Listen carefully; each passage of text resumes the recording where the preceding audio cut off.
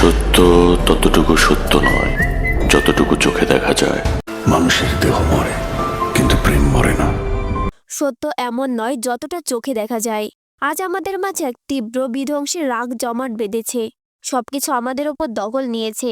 2025 সালের শেষের দিকে বাংলা নাট্যপ্রেমীদের জন্য একের পর এক চমক আসছে। রহস্য, সাসপেন্স, মনস্তাত্ত্বিক উত্তেজনা, থ্রিলার টুইস্ট মিশ্রণে এবছরের নাটকগুলো দর্শকদের মুগ্ধ করে চলেছে। তাই আজকের পর্বে আমি তুলে ধরব 10টি নতুন থ্রিলার নাটক, যেগুলো আপনার ব্রেনকে চ্যালেঞ্জ করবে, যেগুলো দেখতেই বলবেন এই নাটকগুলো এতদিন কোথায় ছিল। নাম্বার 10, সেদিন ছিল শুক্রবার। পরতে পরতে টুইস্ট আর সাসপেন্সের সমন্বয়ে একটি সাইকোলজিক্যাল থ্রিলার নাটক। গল্পে একের পর এক খুন ঘটছে, যেসব পুরুষ পরক্রিয়ায় জড়িত। একজন মারা গেছে নিজের স্ত্রী নোভার হাতে, আর সেই নোভা তার স্বামীর লাশের পাশে ভাত খাচ্ছে, যা দেখে মনে হয় সে পাগল কিনা। এদিকে আসে হাসান নামে একজন সাইকিয়াট্রিস্ট। তার স্ত্রী আবার একাধিক পুরুষের সঙ্গে পরকীয়ায় জড়িত। কেউ খুনের পেছনে দায়ী, সাইকিয়াট্রিস্ট পাগল, নোভা নাকি এই মহিলাই? এই প্রশ্নগুলোর উত্তর খুঁজতে গিয়ে দর্শকদের ব্রেন পুরোপুরি চ্যালেঞ্জের মুখে পড়বে।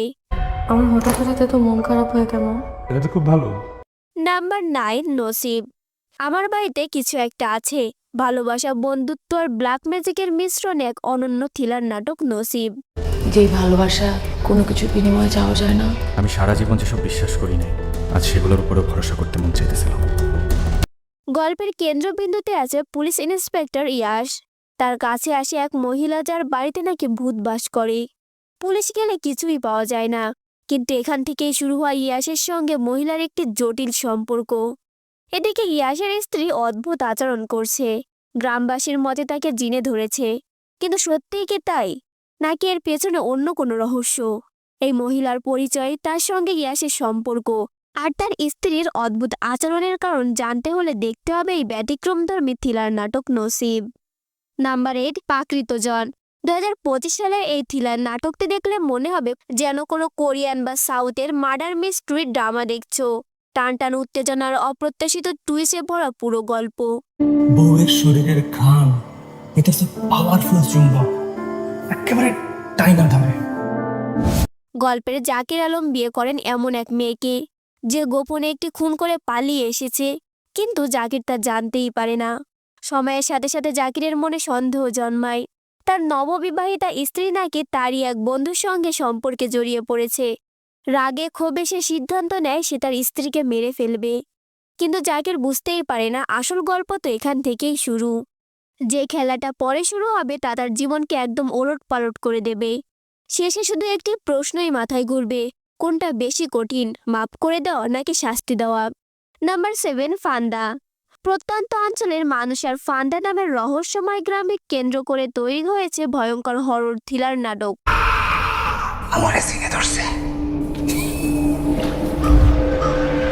যার নির্মাতা একে পরাগ। গল্পের কেন্দ্রে আছে জলিল, যার কিছু বদ অভ্যাস নাটকের চিত্রনাট্যকে করে তুলেছে আরো টানটান। জুয়া, চুরি, মদের নেশা আর ঋণের মধ্যে জর্জরিত জলিল। এদিকে ওদিকে ঘুরে বেড়ানো এবং ভণ্ডামি করা, এগুলোই তার দৈনন্দিন কাজ। কিন্তু হঠাৎ ঋণের টাকা শোধ করার জন্য জলিলকে দেওয়া হলো এক ভয়ঙ্কর শর্ত। সেখান থেকেই শুরু হয় হরর, থ্রিলার আর অপ্রত্যাশিত টুইস্টের ধারা। তাছাড়া সিনেমাটোগ্রাফি এবং ভিজুয়াল ওই গ্রামের অসাধারণ দৃশ্যগুলোকে দর্শকের সামনে তুলে ধরেছে আরও অসাধারণভাবে। নাম্বার 6, খবনামা। প্রেম, পাপ, অনুতাপ আর তীব্র কষ্টের অদ্ভুত মিশেলে তৈরি হয়েছে রোমান্টিক থ্রিলার নাটকটি। সুফি সাধক লেখকেরা ভালোবাসার বিষয় নিয়ে অনেক কথা লিখলেও কেউ এটা লেখেন নাই যে ভালোবাসা মানে মৃত্যু। গল্পের কেন্দ্রীয় চরিত্র সিয়াম গভীরভাবে ভালোবেসে ফেলে তার কলেজের সুন্দরী মেয়ে রূপাকে, কিন্তু দুর্ভাগ্য, রূপার হৃদয় তো আগে থেকেই অন্য কারো দখলে। রূপাকে পাওয়ার নেশায় সিয়াম বেছে নেয় প্রতারণার পথ। হ্যাঁ, রূপাকে সে পায় ঠিকই, কিন্তু পাপ কখনো কাউকে ছেড়ে কথা বলে না। তার ভুলের ফল তাকে আজীবন বয়ে বেড়াতে হয়। গল্পটা মনে করিয়ে দেয় ভালোবাসা সবসময় পূর্ণতা পায় না, কখনো অসম্পূর্ণ থাকলেও তা হয়ে ওঠে চিরন্তন। Number 5, Jimmy. লোভ, পাপ আর পাপের জিমি। একটি সাধারণ মধ্যবিত্ত মেয়ের জীবন আর একটি রহস্যময় বাক্সের কারণে পুরো বদলে যায়। আশরাফ নিপুণের এই সিরিজে ফুটে উঠেছে জুলাই আন্দোলনের প্রভাব, প্রশাসনের লুকানো দুর্নীতি আর অনিয়মের কাহিনী। গল্পের কেন্দ্রে রয়েছে সরকারি বিদ্যুৎ অফিসের চাকরিজীবী রোনাল লায়লা। এক বাক্সে থাকা অর্থ লায়লার জন্য প্রয়োজন আর শখ উভয়কেই পূরণ করে, কিন্তু সেই টাকাই তাকে ফেলে দেয় এক জটিল গোলক ধাঁধার মধ্যে। জিমে সময় নষ্ট করার মতো সিরিজ নয়, এটি এক বছর দেখার মতন এক ডার্ক থ্রিলিং অভিজ্ঞতা।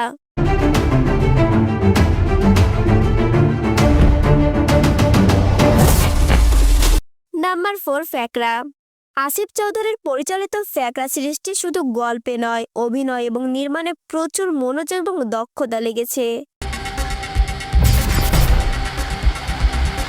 এত সুরমা কসকার আজকাল আমার পেছনে টিকটিকি লেগেছে। গল্পের কেন্দ্রে আছে সামাদ, যিনি তার প্রেমিকা গোলাপীকে পেতে প্রচুর অর্থের প্রয়োজন অনুভব করেন। সেই অর্থ জোগাড় করতে বন্ধুদের সাহায্য চাই। একসময় বন্ধুরা মিলে ছিনতাইয়ের পরিকল্পনা করে, কিন্তু ভুলবশত সেখানে এক নারীর খুন হয়ে যায়। এরপর থেকে সবকিছু উল্টে পাল্টে যায়।